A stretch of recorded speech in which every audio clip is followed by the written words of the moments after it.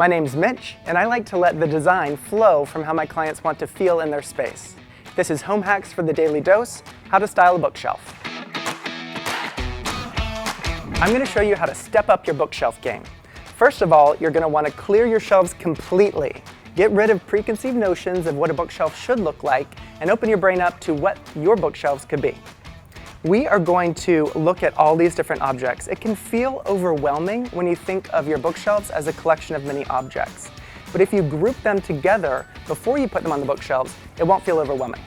For example, I have this planter that works really well with this basket. So I'm going to put those two together. And feel free to play with the items. You can try things, combine them with one another, see what works and what doesn't work.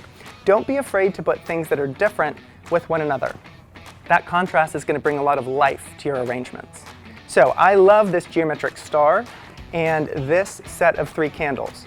So I'm going to put them together on a tray, and that's going to pull them together in a grouping. I'm going to show you now how to put these items on the shelf.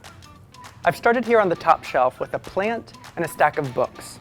On upper shelves, I like to use elements that have more of a horizontal effect, like these books, as opposed to a vertical effect, like you see here with this vase.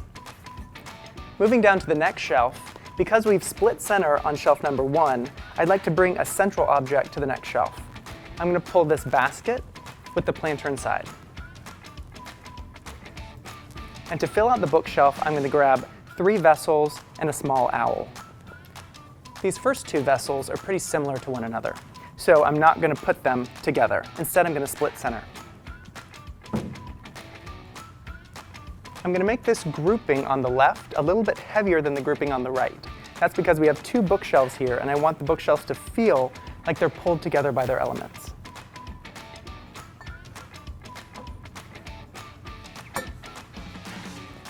On shelf number 3, I'm going to pull this bunch of magnolia.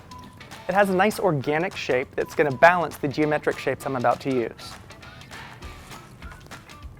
The geometric shapes are on this tray, which includes 3 cylinders and that star from earlier. On the bottom shelf, I'm going to use this vessel, which really stands alone. It doesn't need to be a grouping. And then a tip for softening your bookshelves is to use pillows.